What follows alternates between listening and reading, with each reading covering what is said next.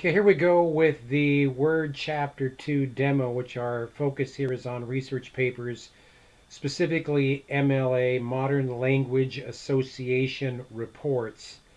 And again, the importance here is a couple things. First of all, you're going to be writing research papers in your high school experience, social studies, English, maybe some other classes. And at the high school level, the most common format of a research paper is Modern Language Association, MLA for short. All right.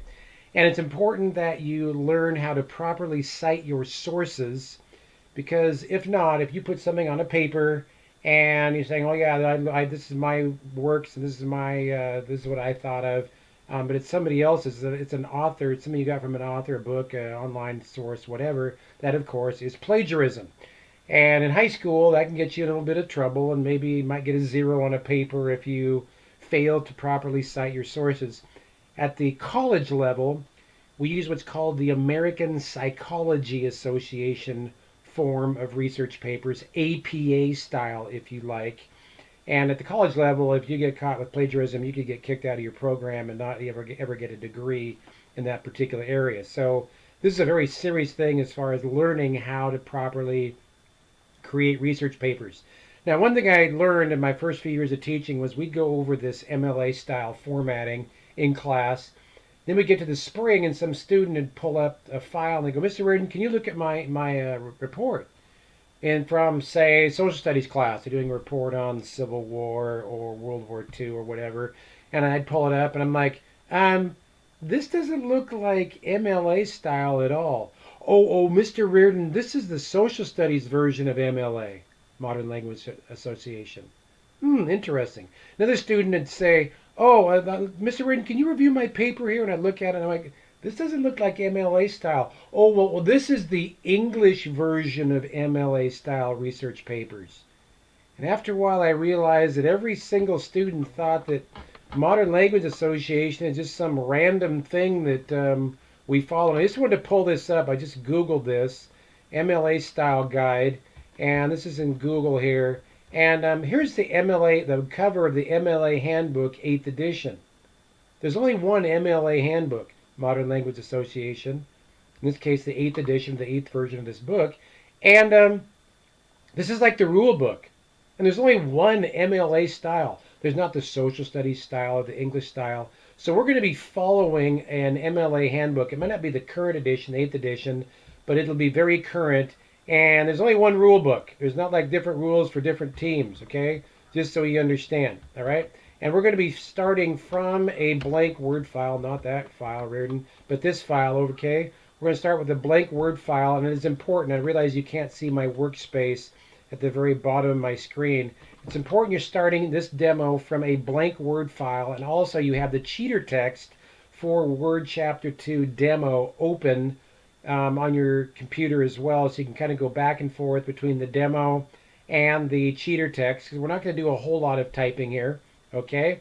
And also it's imperative that you have your marks turned on, Home tab, add marks up here, show hide marks, and that your horizontal and vertical rulers are turned on in your View tab, and the ruler is checked, okay? And my insertion point, using our proper vocabulary, my insertion point is blinking up there at the top, as we're going to be creating a research paper here together. And I may take a couple of shortcuts here. And if you're not a fast typer, by the way, it's not imperative that you type all of these references just exactly the way they're listed, okay? But you should be typing as much as you can to get a feel for creating citations in Word. This is a fairly lengthy demo, and I may actually break this up into part 1 and part 2 by the time I'm done, because it does kind of drag on here, okay? And it's a lot of information if you've never done a proper research paper. Okay, first of all, and also it's imperative too that you have the paper handout, my little PowerPoint printout of the step-by-step things I'm going to be going through for Microsoft Word 2019 Chapter 2 is what it says at the top of the handout, which if we're doing distance learning in the fall, you will get a copy of these packages. Okay, so here we go. I need to modify my style, first of all, because here's the one thing that we yell out every time we do this lesson. Everything is double spaced. Everything is double spaced. Say that to yourself. Everything is double spaced. Okay, all right? Because I got Simon's turn in, I'm like, that doesn't look like double spacing. That looks like triple spacing. That looks like single spacing. That's not double spaced. Okay? So first of all, we need to come up here to our normal style. Remember, when we hit the Enter key in Word, the default is that it adds an extra space after each line, and we don't want that. Okay? So I'm going to right-click up here on my normal style, right there, and I'm going to say Modify. And first of all, in Modern Language Association, MLA, I'm just going to keep using MLA Style. We have a default font, and it is not Calibri. I'm going to click over here to Calibri, okay? And I'm going to say there's Times New Roman, okay? And I'm going to click on 11 and change that to 12, all right? Now, I just did national board papers. Well, I did some last year and I did some 10 years ago. The ones I did 10 years ago, I had to create 4 papers, 11 pages length, each one. And you're probably going, oh my goodness, you had to write 11 pages? That's so much. So that wasn't the problem. The problem is that I had a rough draft of 18 pages that I had to squeeze down to 11 pages. And one thing I could not fudge on was my font size or type. I had to use Times New Roman, and I had to use a 12-point font. So that's what I'm going to do here. I'm going to change the default style or the formatting for normal style to Times New Roman 12. I'm going to say only in this document, which I only want to change this document, and click on OK. And I've just changed the formatting of the normal style, and I'm on to page 2. Okay. I'm going to come up here to my format group, and by the way, I'm in Word 2016, but this shouldn't be much different than 2019. Drop down arrow for line and paragraph spacing, okay? And I want to say 2, and by the way, there's a shortcut key for spacing. Control 2 is double spacing, Control 1 is single spacing, Control 4 is quad spacing, and there's no Control 3. Anyway, so I'm going to set this to 2.0 or double spacing. Okay, back to my line spacing options again, top of page 2, and I'm going to say remove space after paragraph so I don't get that extra spacing. Okay, so now I've got Times New Roman 12, I've eliminated that extra space, I've got double spacing. I'm going to come back here up to my normal style and right click, and I'm going to say update normal to match selection, which is the text I'm currently in, and that's how it's formatted. So all of my future text will be just like this. Update normal to match selection. Okay. Now, it says middle right page 2 on my handout. Click the insert, click the header, click edit header. That's a whole bunch of work. I'm just going to come up here to my header section. Here's my top margin over here. I'm just going to double click up here. Click, click. And my insertion point is into my header. And I'm already editing my header. So I just took about 3 steps from the handout, and just by double clicking up there, I'm into my header. Okay, I'm going to go up to my home tab here, and I want to do a line right, also known as, and here's my paragraph group, and there's my tooltip, a line right. A line right is Control R. I'm going to just do Control R. And my insertion point goes clear over to my right margin. By the way, MLA style, 1 inch top, bottom, right and left margins, okay? And this would be the last name of the person doing the paper, and it is Yazel. Whose name is Yazel? Yazel and space, okay? All right, that could be your last name if you're doing a research paper. And then I want to put the page number up there. Now, please don't type a 1, Yazel space 1, because if you put a 1 at the top of page 1, guess what's going to be at the top of page 2? Yazel 1. And guess what's going to be at the top of page 3? Yes, Yazel page 1. We want the proper page number at the top of the actual page. So I'm going to go to my header and footer tools design tab over here. Click over here on page numbers. Excuse me. Okay. And I'm going to say current position down here. I'm going to do plain number. Current position, plain number. And there's Yazel 1. Top of my first page, and I'm on to page 3 of my handout. And for now I can click close my header and footer, or you know what else I can do? Just come down here below the line, back down to my paragraph mark, double click, and I'm down into the body of my document. Now we're going to drop in the paper information, the various pieces of information we need to know about the person writing this paper, the identification information, I should say. And the person writing the research paper is Yanina Yazel. Enter. Now notice it double spaced. It didn't add an extra space because I took that away up here in my line spacing options. All right, I took that away. All right. And then our instructor is Mr. Slabovnik, household name, and enter. Everything is double spaced. English 101 is the name of the class, enter. Okay. And the paper's due date, the date of the paper, is October 6th, 2021. Okay. And enter. All right. Okay. So now my mouse pointer, my insertion point is blinking over at left margin, and I need to center my title. Now in MLA style, the title is not formatted any differently than the rest of the text. You don't bold it, you don't make it 14-point font. I'm going to do Control E to center, or in my paragraph group on my home tab, I can click on this little guy up here. All right.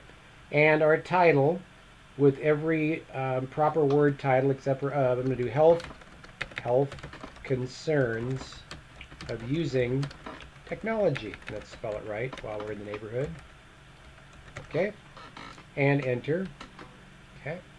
Now I want to go back to left margin. I can either click up here on my align left or Control L, like so. Okay. And I'm going to save my work. I'm going to do File, Save As. Save this to my documents. And I'm going to call it the Health Tech Paper. Health Tech Paper. Okay, I want to save my work as I go along. Just get in the habit of that. Okay. Excuse me. So you can save that to your documents folder and your student folder if you're on the CPHS system. Okay. Whatever. Or at home, you're saving it to some documents folder. All right. Now I want to indent. The rule for MLA style is to indent the first line of every paragraph. First line of every paragraph. Okay? I do that, but I'm going to come up here to my ruler and see this top marker up here. I put my mouse pointer on it and it says first line indent, like so. I'm going to left click and hold. You get a little dotted line there. I'm going to drag it over to 1/2 inch, like so. That's a 1/2 inch first line indent. Then I let up. I'm not going to mess with anything else. I'm not going to mess with the hanging indent, the margin, whatever. I'm just going to leave it right there. First line indent, 1/2 inch. And bottom right, page 3. And I'm going to start typing the widespread space. And we're not here to type an entire research paper. No, we're not. I'm going to go a little bit out of view here down into my workspace, the very bottom. Okay. I'm going to pull up my cheater text, which looks like this. Okay. And I'm going to use my mouse pointer. I'm going to grab use of technology all the way through on space. Don't grab the paragraph mark, please. And Control C, copy. And back to my document. I'm just going down to my workspace and going back over to my, I did that mistake before, didn't I? Health Tech Paper. My insertion point is blinking right there, and I'm just going to paste that in. Okay. Now I want to make sure I paste it in with drop down arrow. Might not make any difference. Keep text only. Looks like I need to add a space there. Are on. Okay, so I've dropped in that cheater text. All right. I'm going to type in are on TEH. TEH? What is that all about? Spacebar, TEH, spacebar. Oh, it spelled it right. So again, in that case, we have autocorrect options going on where Word recognized that I got fumble fingers on particular letters, and it made the correction for me. Continuing on top of page 4 of my handout. So it made the correction on TEH. It says to click on TEH, and there's a little blue bar there that shows up. And I'm going to click on the auto correction buttons here. It says to click on the auto correct options. And here's where we could actually change or add or whatever to our autocorrect. I'm not going to mess with this right now. That's where your options are. I'm going to close that out. I'm going to hit escape, upper left hand corner, to deactivate that little blue button. Go to the end there after the word the. Back down to my cheater text. I'm going to go grab cheater text number 2, period, technology, period, and copy. Again, I'm down in my workspace. I'm just going back and forth between my cheater text and so on. Okay? So let's see here, autocorrect entries. Let's say that I have fumble fingers and I want to make a correction to the autocorrect options, which I could have done just here a second ago. I'm going to go to Backstage View, also known as my File button. I'm going to go to File, Options, down at the very bottom, and Proofing.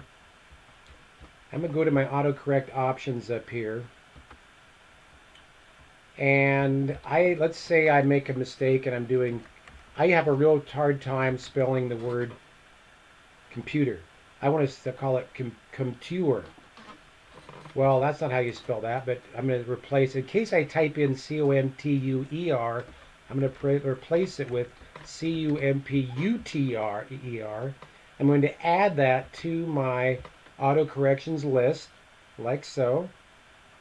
Okay. All right. So I replace this with this, and I'm going to add it to my list and click OK.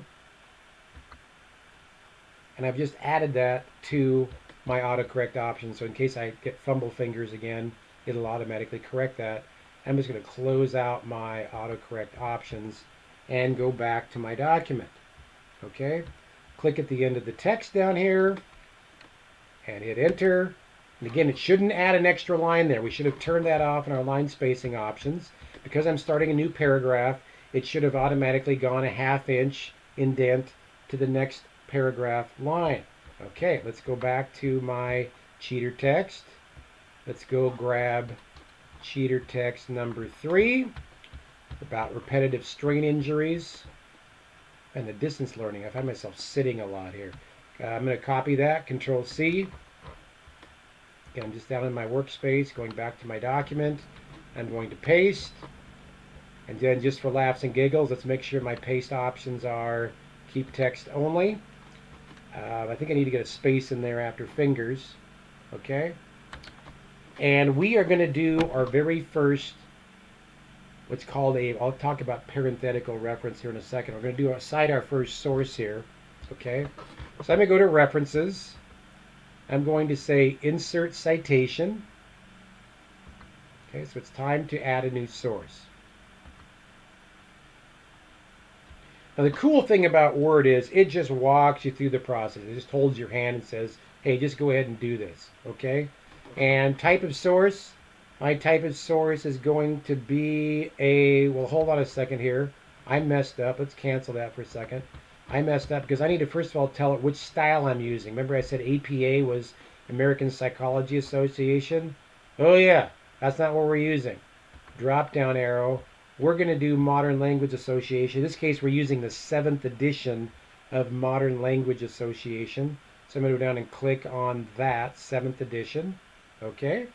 All right. Make sure we set the bibliography style. Otherwise, if you don't set that, you're going to be really sad later on. Let's go back to Insert Citation and add new source.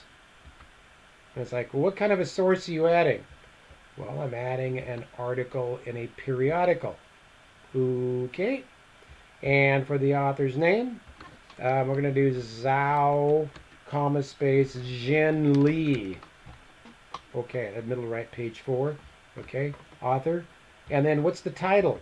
It's called, bottom left, page 4 of my handout, Technology, let's spell it right, weird, I need a spell check on this. Technology, Aches and Pains. Okay, press the tab key. Periodical title. What in the heck is a periodical? It's something you get periodically, or like every month. It's like a magazine.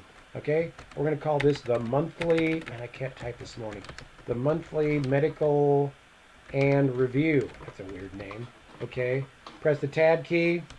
Okay, and down here is, what's the year of the document? Well, it's 2021. and it's July 2021. Okay, and I'm going to hit tab twice. There's no date there. Pages. Pages. Well, this is online, and there really are no pages, so I'm going to do N period space PAG period, which you can see in the bottom right-hand corner. All right. And then medium, is this something I can actually touch, like a book or an actual paper magazine? Or is something online? I'm going to say web. Okay, web. Not quite done yet, though. I'm going to say show all bibliography fields. And scroll down a little bit here. I'm on to page 5 here of my handout. And go down to the bottom. Because what's going to happen is if you provide a website, I remember when I did my master's research paper way back when, I had about 40 references in my citations. Now I was using APA style, but the same kind of concept applies here. Okay? And so down here in year access, you're going to say, hey, this is the year, and this is the time I actually access this, because what happens to web information? That's right, it changes, and it changes frequently. So if your professor or teacher tries to click on your link and you're like, this isn't the same stuff as you have reference, you can say, well, hey, back on 2021 and October period and October 1, which is upper left-hand corner, page 5, that's when I actually accessed it. You're telling them that's when you actually got into that file. Now, ordinarily, you would provide a web address for that particular online resource. And, you know, again, you can, I'm going to go back to my APA style here. To type, copy, and paste a URL, all you have to do is go up into the browser window up here, up into the address, select it, copy it, Control-C, right? And back to your document, and here you could actually paste in that URL. Now I'm not going to do that. That's the easiest way to do an online reference, is copy and paste the URL from your browser URL field list, or you know where the actual website address is, copy and paste it into your citation. Okay, and click on OK. All right, and there's your reference. Now, see how that's in parentheses? We call that a parenthetical reference. Parenthetical reference, which means it's in parentheses. And we should be able to take that parenthetical reference and tie it to, when we create our, at the very end, when we create our, what's called our works cited, or our bibliography, if you like, this entry in parentheses will be tied to a more detailed reference at the end of our paper, which has all of our citations in alphabetical order by author. Okay? And if you do the heavy lifting while you're creating the paper, that last step for creating the works cited, which can be some of the most tedious work on the paper, actually becomes just a couple of clicks and you're done. Okay? So I'm going to go to the end of my document here, which is Zal, right on. I'm going to hit period, space, okay? And let's go back to our cheater text again. I'm going to go grab cheater text number 4, repetitive strain injuries. Let's not get the paragraph mark. Control-C to copy. And back to my document and paste, same paragraph, right on. Okay. Not exactly sure why I got that. Okay. And I copy and pasted that. And let's come down here. And for my paste options, I'm just going to say keep text only. All right. Repetitive strain injuries. I just popped that in there. Let's save our document, upper left-hand corner, our health tech paper. We are going to save that. That looks good. Okay. Now, we're going to do something called a footnote. And a footnote is where you're providing additional information about your paper. A footnote goes down at the bottom of the page. An endnote comes at the end of the paper. All right, that's the difference between the two. All right.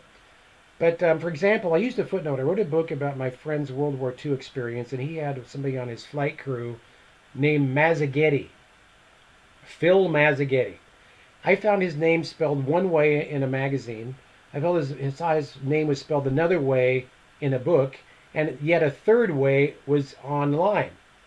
So what spelling was I going to use in my book? It's a World War II vet or some World War II buff might be reading my paper and they go, well, I know about this flight crew and you misspelled his name.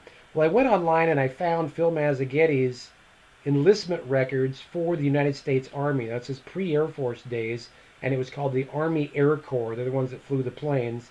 Went into his Army Air Corps original enlistment papers online, found his name, and I said, okay, people, I'm going to put a footnote in here that says, this is the spelling I'm using from his original enlistment papers, and I found two other resources that had different spellings. I put that in a footnote. Just random additional information that I'm not going to put in like a parenthetical reference or whatever, okay? So up here on my References tab, I'm going to go to Insert Footnote. Insert Footnote. And when I do that, you'll see a little superscript, which means a little number 1 above the line up there on my text. And then it takes me down to the bottom of the page. It drew a line at the bottom of the page because, again, it's a footnote. So it goes down in the footer, which is the bottom of the page. And I've got one space, same superscript up there to match up with it. And it's blinking down there, and it's waiting for information. Okay? And we're going to start typing in middle right, page 5, according to, why don't we spell according right? There we go, according to space. Okay?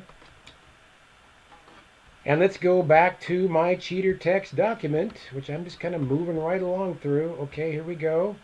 I'm going to go grab the footnote cheater text, Clark and Nadir, through untreated. Don't grab the paragraph mark, and copy that, please.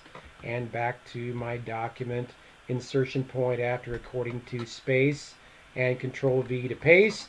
And we're going to say again, keep text only on my pasting. All right. And there we go, if left untreated. Okay. Hit the space bar after untreated. All right. And we're going to cite that. Okay. All right. And I'm going to do insert citation. Now in this case, we're going to do what's called a placeholder. I'm only going to do this once. I think they have this shown twice in this demo. I'm going to do it once. So let's say you're writing your paper and you are on a roll. You're like nailing it here. Everything's great. You find your sources. And by the way, I did an action research project where 90% of my paper was just a bunch of conglomerated sources. Hardly any of it was my own work. And I was citing sources right and left. So here I am on a roll, and I don't want to go through all the work right now of typing all the information for a citation. So for now, I'm just going to say add new placeholder. I'm going to do a kind of a shortcut here for now. I'm going to call that Clark. And what the placeholder means that I need to come back later and fix this. Okay, I'm going to click OK. And there's Clark, parenthetical reference. All right. But there's going to be nothing at the end of my paper because I didn't actually cite my source yet. And after Clark, I'm going to hit period. Okay. All right. Now, what did we do at the beginning of the paper? We said everything was what? Everything was double spaced. Isn't that correct? Is that double spaced? No, it's not. Let's go to my home tab here. It is Times New Roman, but it's Times New Roman 10-point font. That's not it either. Okay? So we got a bunch of different things we need to do to make that part of my paper, the footnote text, consistent with the rest of the paper. So I'm going to come down here to my text. I'm going to right click.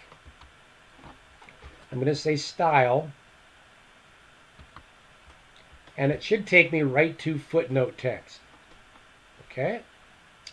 In my category box. All right? Footnote text. Okay, that should automatically take me there. And so I say I'm going to go ahead and modify this. Footnote text. Okay, I'm on to page 6 here. First off, font size is not going to be 10, it's going to be 12. Okay, all right. I'm going to go down to my Format tab. Oh, wait, that's a lie. I need to set my spacing, first of all. And these little icons right here, this is single space, this is space and a half, this is double. I'm going to click right there, double. And down here it's going to say, based on normal style link, that should be double spaced. Okay. All right, good enough so far. I'm going to go to my Format tab and click on Paragraph. Okay. And in special over here, I'm going to say I want to do a first line indent of 1/2 inch. Okay. Okay, there you go. 1/2 inch gives you a little sample what my text is going to look like. 1/2 inch indent times the Roman 12. Double spacing. Okay. And we're going to click on OK. And apply. And now everything is double spaced, is it not? Yes. Okay. Middle left, page 6. Now it's time to do my citation. I'm going to go down here and click on Clark. Drop down arrow. And I'm going to say edit citation. Actually, that's a lie. Wait a second. Edit source for starters. Sorry about that. Click on edit source. Here we go. Edit source. It is going to be a book. We do still get stuff in books these days. Okay. And for our authors, we have 2 authors. So I'm going to come over here and say edit. And we're going to do our first author is going to be Clark. Now I'm not going to type in their last name, middle name, blah, blah, blah. Okay. And I'm going to do Clark Addison. I'm going to add them into my list of authors. And my next author is Nadir. Again, if you're not a fast typer, you can slow me down, pause, whatever. Nadir Aisha, and add 2 authors. Double check your spelling there. Okay. Again, don't take shortcuts here, because if you start taking shortcuts, you're going to get marked down and get goofy stuff going on. So I added my 2 authors' names, and I'm going to have multiple authors. Click OK. And there they are there. Okay. The title of this book is Repetitive Strain Injuries. Okay. Hit the tab key. That's 2021. Tab key. It was published in Boston, which I hope to be going to on June 20th to visit my daughter. And tab. And the publisher is Lighthouse Publishing. And the medium, as you can probably guess, is not web, but it is print. So either for medium, we either put print or web. And we click OK. And there's my parenthetical reference. Again, the author's name's in parentheses, which will reference something at the very end in my works cited page. And I'm done with page 6. I'm on to page 7. Okay, we're just firing it right up here. Okay. Now, I'm not quite done here. There's some rules I need to follow here. I'm going to click down the drop down for that. I'm going to say edit citation. Okay. First of all, in my book, I find that information on pages 65 through 66. Okay. Now, again, we need to follow some rules here. Now, one of the rules is that if the names of the author are included in the text that I am referencing, according to Clark and Nadir, I just mentioned them there. So I don't need to say their names again in my parenthetical reference. Again, you'll find this in the Modern Language Association rule book, which I showed you earlier. So I'm going to suppress or not show the author's name. Okay? Because I'm only using a Clark and Nadir reference once, I can actually suppress the title as well. So I'm suppressing the author and the title, and click on OK, page 65 and 66.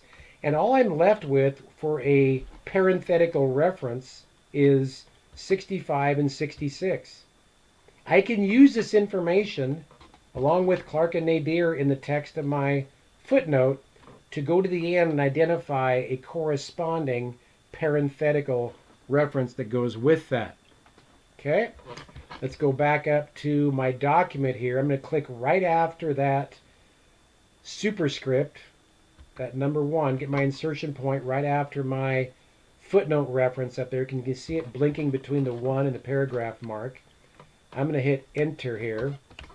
I'm going to go get back and grab cheater text number 5 down through sound period space, Control C and copy. Again, I realize I'm down in my workspace and you can't totally see what I'm doing there. But back to my document and paste. Okay, let's make sure we put that in as a keep text only. All right. And I just got through, almost through the upper right of page 7. And I'm going to call this segment 1 of this demo and stop this right here. Take a little break. This might be a good time to just stretch or do a little more geometrics or whatever before you move on to the second part of the demo.